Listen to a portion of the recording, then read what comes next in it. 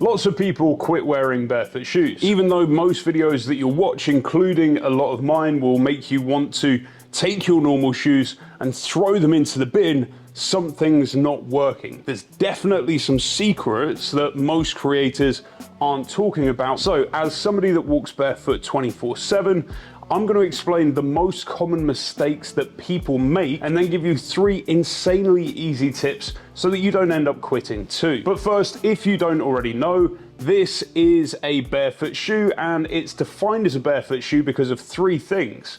1, it's got next to no cushioning or support, which makes them incredibly, or in this case, ridiculously flexible.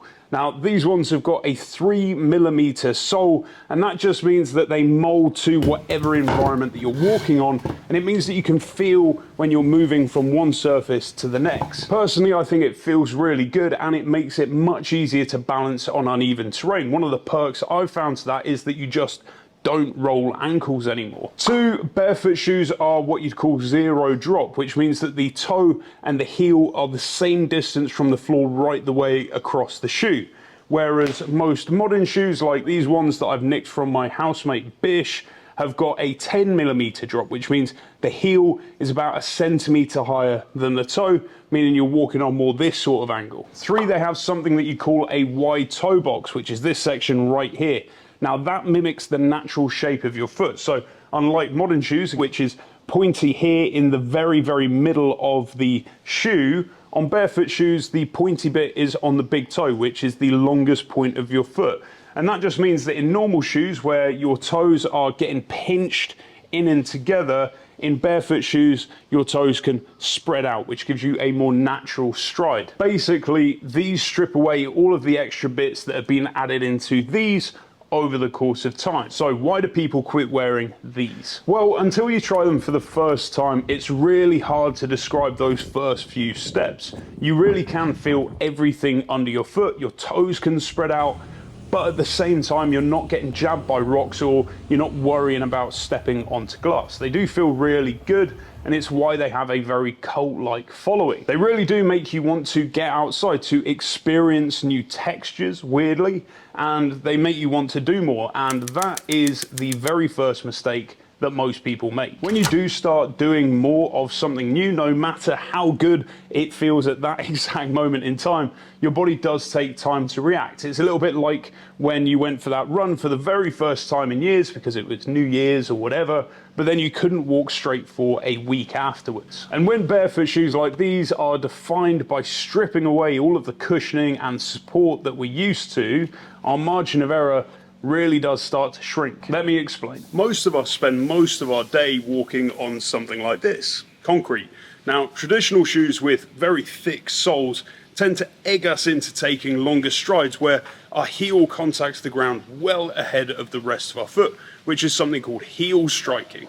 And when you do that, your leg is almost completely locked out and the cushioning absorbs the impact that would otherwise be traveling up your leg through your knee into your hip. Is that a good thing? Absolutely not. But if you're conditioned to move that way, and then you start transitioning into something like barefoot shoes that promote the exact opposite, your chances of developing ankle or knee or hip or shin pain, it really does skyrocket. And then we've got that zero drop issue. Now, when you do venture off concrete and into hilly, uneven terrain, going from a 10mm drop with your heel higher than your toe to 0mm where your foot is completely flat means that your Achilles on the back of the leg just here has to work overtime through an even greater range of motion. Now, if you've spent a lifetime barefoot, or if you weigh as much as a pillowcase, that's not really a problem. But if, like me, you do enjoy a slice of cake every now and then, or you haven't been conditioning your muscles for this exact moment,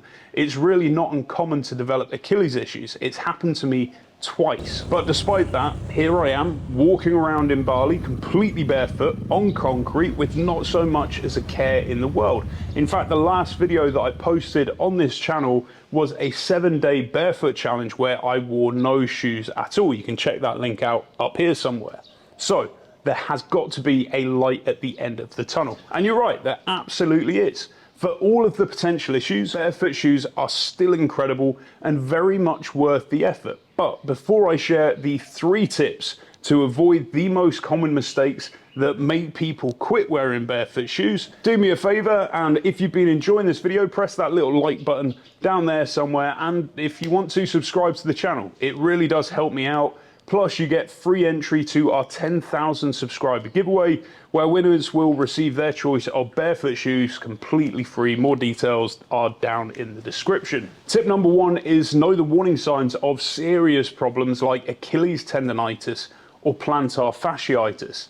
If you do start getting a sharp or shooting pain under the arch of your foot, this section right here, or going up into your calf off the Achilles whilst you're walking, that is normally how it starts. And the best thing that you can do is stop what you're doing and then go and get a lift back. But if you are planning on going somewhere that's not going to be an option, say on a hike, make sure that you do take a pair of backup trainers with you that you're perhaps more used to wearing, that you can swap into just in case. Once those issues start, there isn't really a quick fix other than just resting for a few days and doing something like calf hold isometrics to make sure that it doesn't advance and doesn't happen again in future. Tip number 2 is plan ahead. Have a think about what terrain you're going to be walking or running or training on, and then adjust your expectations and timelines if you need to. For example, barefoot shoes are really popular in the gym at the minute, and if you're using them to lift weights, for example,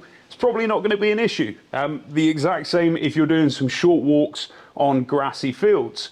But if you do try doing some long distance hikes on rocky, hilly terrain, or if you're doing some shuttle sprints on track, something that's very explosive and does open your opportunity up to get injured, just watch out.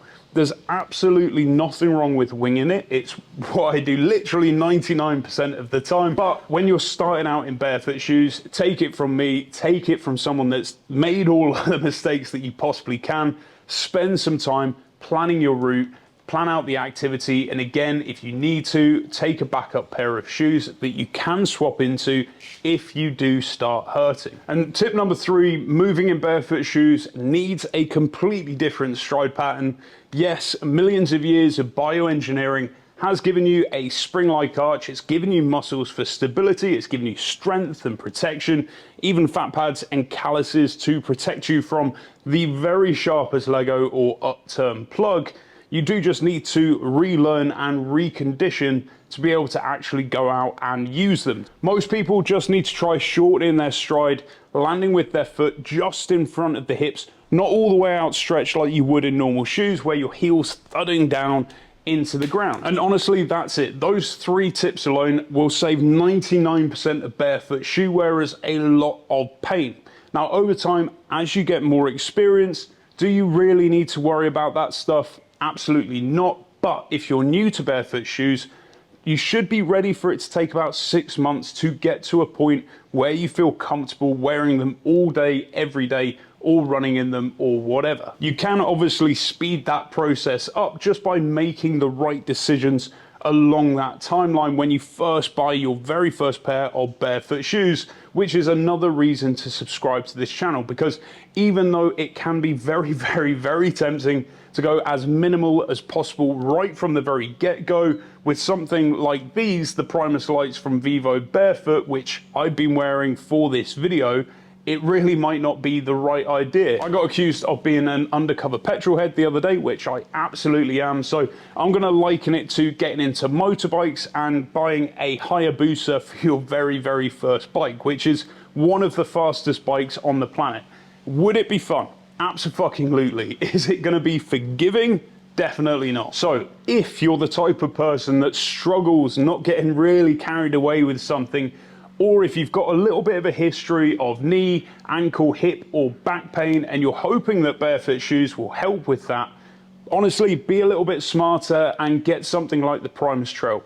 Even if you don't plan on using them on trail, those little lugs on the bottom add actually quite a lot of extra impact protection, which can be an absolute lifesaver. Or you can buy the super minimalist barefoot shoe, but then add an extra insole, which is a trick that I learned when I was training for a barefoot half marathon. And honestly, you'd be surprised how much of a difference that makes. For a condensed reference on everything that I've talked about in this video today, as well as personalized recommendations, check out my all new barefoot transition guide. I'll link that down in the bio below. And if you wear barefoot shoes, if you have quit barefoot shoes, and anything in between at all, make sure you jump into the comment section below and share your experience. Make sure you watch this video for my take on the 5 best barefoot shoes. Thank you very much for watching, and I'll see you again soon.